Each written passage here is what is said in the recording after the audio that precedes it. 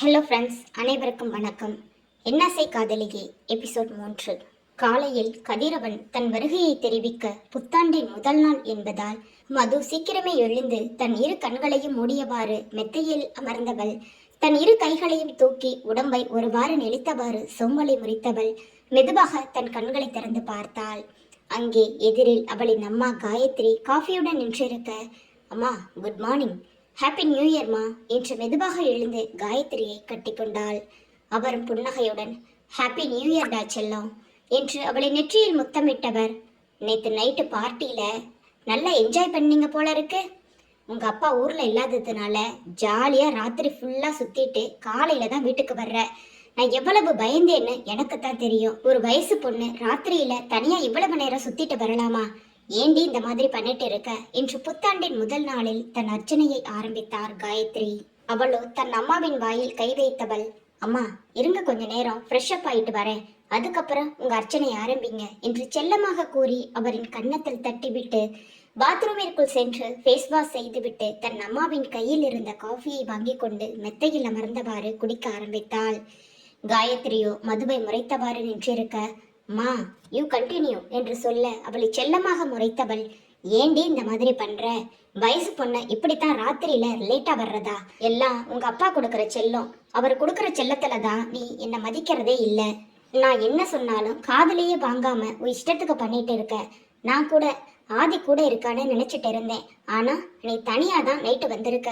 ஆதி கூட இருந்தாலும் பரவாயில்ல, நீ தனியா தான் வந்தேன்னு காலையில ஆதி என்கிட்ட சொல்லும் போது எனக்கு எவ்வளவு கோபம் வந்துச்சு தெரியுமா? ஏதாவது ஒண்ணு கிடக்க ஒண்ணு நடந்தா உங்க அப்பனுக்கு யாரடி பதில் சொல்றது? உனக்கு ஏதாவது ஒண்ணுன்னா உங்க அப்பா என்ன சும்மாவே விட மாட்டாரு. அவர் பாட்டுக்கு உன்னை இங்க விட்டுட்டு சுவிட்சர்லாந்துல போய் உட்கார்ந்து ஜாலியா பிசினஸ பாத்துக்கிறாரு. இங்க நான் தான் உன்னை கட்டி மேய்க்கிறதுக்குள்ள படாத பாடு பட வேண்டியதா இருக்கு. உன்னை ஒருத்தன் கையில புடிச்சு கொடுக்கற வரைக்கும் எனக்கு நிம்மதியே இல்லை என்று பாசமாக ஆரம்பித்தவர் அவளை அப்படியே திட்டி தீர்த்து கொண்டிருந்தார்.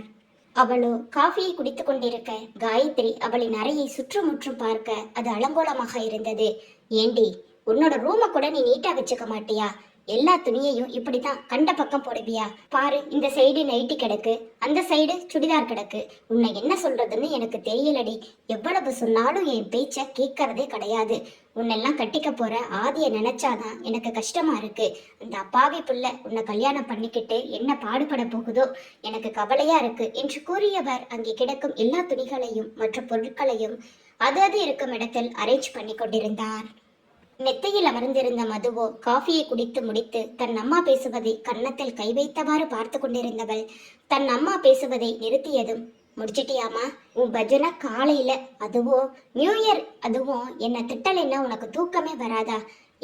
என்ன சொல்லி திட்டலாம்னு நீ கண்கொத்தி பாம்பாட்டம் என்னை பார்த்துக்கிட்டே இருப்பியா என்றாள். ஆமாண்டி, நான் உன்னை பார்க்கறத விட எனக்கு வேற என்ன வேலை இருக்க போகுது? நான் கொஞ்சம் அசந்தாலும் நீ என்னென்ன வேலை பண்ணுவேன்னு எனக்கு தெரியாதா? உன்னை ஏன் பொறுப்புல உங்க அப்பா விட்டுட்டு போயிருக்காரு. நீ ஏதாவது பண்ணி பிரச்சனையில மாட்டிக்கிட்டேன்னா அதுக்கப்புறம் உங்க அப்பாவுக்கு யார் பதில் சொல்றது? அதுக்காகத்தான் நான் உன்னை பார்த்துக்கிட்டே இருக்கேன்.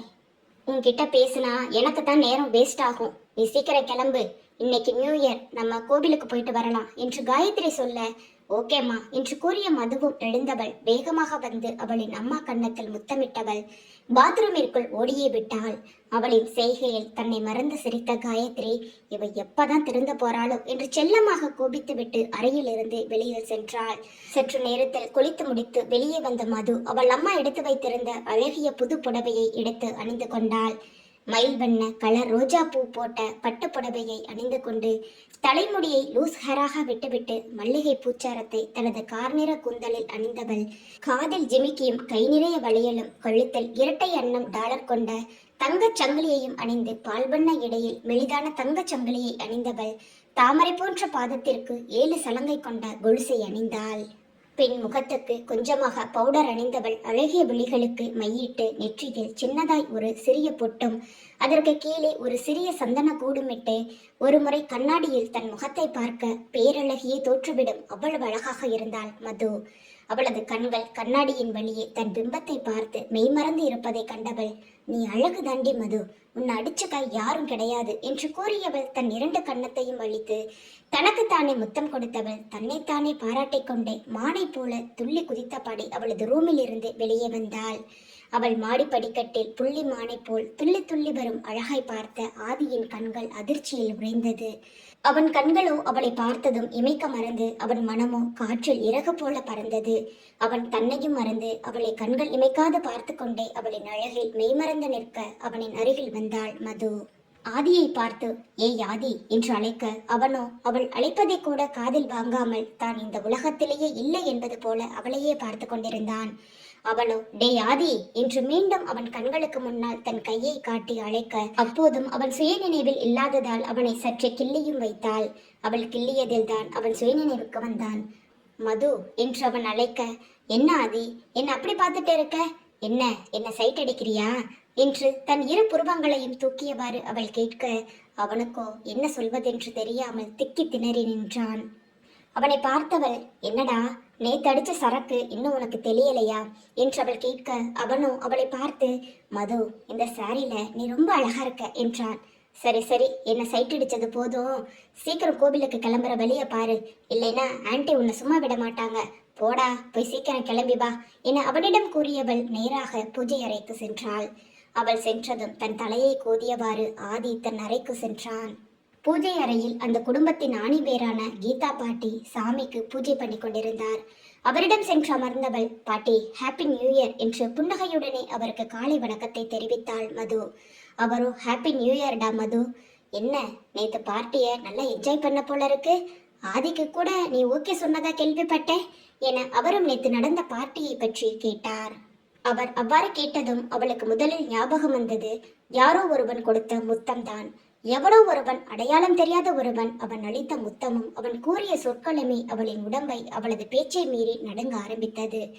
அவளின் முகம் மாறுவதை கண்ட கீதா பாட்டி, என்னடா தங்கம் முகமெல்லாம் இப்படி வேர்த்து கொட்டது, என்னாச்சு, உடம்பு எதுவும் முடியலையா என மதுவின் நெற்றியில் தொட்டு பார்த்தார்.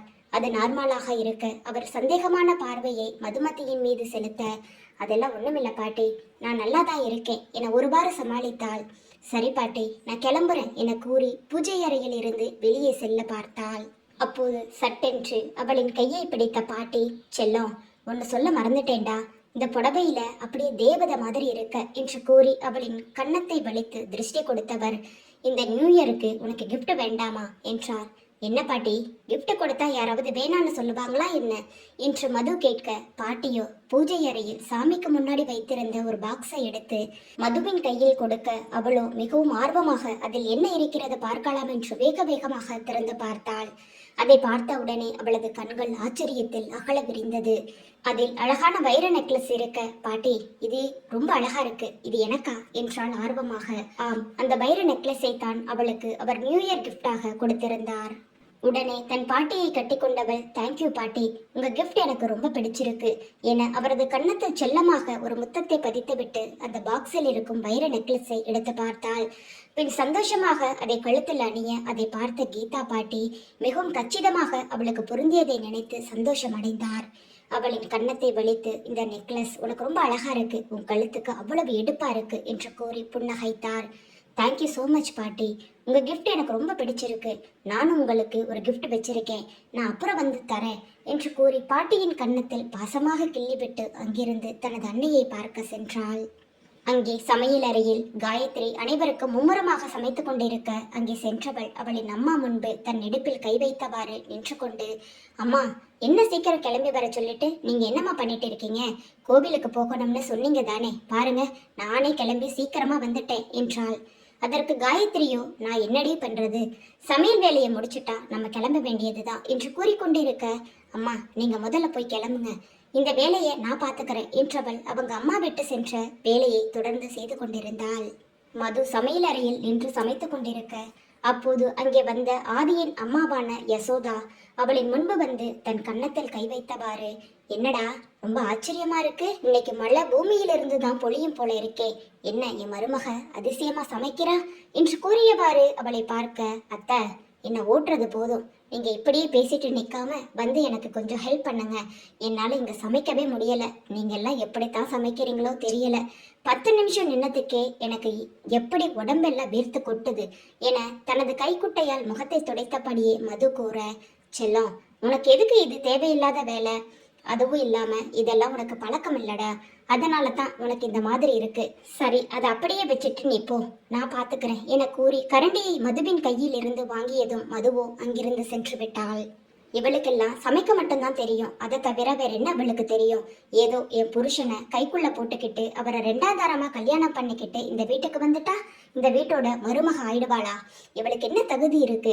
ஆதித்யா குடும்பத்துக்கு மருமகளா வர்றதுக்கு இவ என்னைக்குமே இந்த வீட்டோட சமையல்காரி தான் என காட்டமாக ருக்மணி கூற, யார் என்று திரும்பி பார்த்த யசோதாவுக்கு சற்று அதிர்ச்சியாக இருந்தது. அங்கே தங்க நிற பட்டு சேலையும் உடம்பு நிறைய தங்க ஆபரணங்களும் வைர ஆபரணங்களும் அணிந்தபடி 50 வயதில் ருக்மணி திமிருடன் நின்றிருக்க, யசோதாவுக்கு ருக்மணியை பார்த்தவுடனே உடம்பெல்லாம் நடுங்க ஆரம்பித்து விட்டது.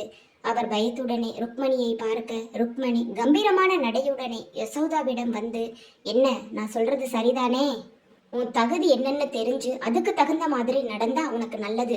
அதை விட்டுட்டு என் புருஷன் பின்னாடி என் புள்ள பின்னாடி நான் உன்னை பார்த்தேன், உனக்கு இந்த வாழ்க்கையை இல்லாம பண்ணிடுவேன், என்னை பத்தி உனக்கு தெரியும்ல என கண்களில் கொலைவெறியுடன் யசோதாவை பார்த்து கூறினார்.